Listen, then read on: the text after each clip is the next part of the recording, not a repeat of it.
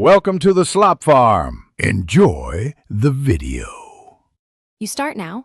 Place the Morr F Aqua on a stable surface and confirm power compatibility. Do not rely on adapters with uncertain output. Once done, open one sachet for each 1 L of water and pour into the fill port. Make sure to use filtered or distilled water to prevent buildup. Attach the hose and secure the cap until you hear the click. This seals the system. This first step primes the unit and prevents common early leaks or power faults.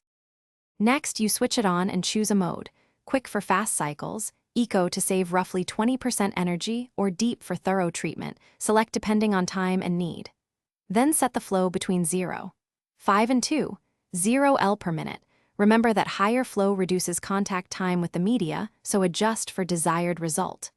Watch the LED indicators for temperature, filter life, and error codes. If a warning appears, pause immediately. To finish, let the Morr F Aqua run its full cycle and then continue for an extra 2 minutes to stabilize output. This ensures consistent treatment. After use, disconnect and wipe accessible surfaces and schedule a filter clean every 30 days or after about 300 L. Replace filters when the indicator requests it. If you encounter a fault, power cycle the unit for 30 seconds.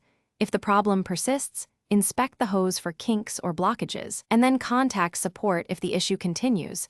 Do not force components. Thanks for watching.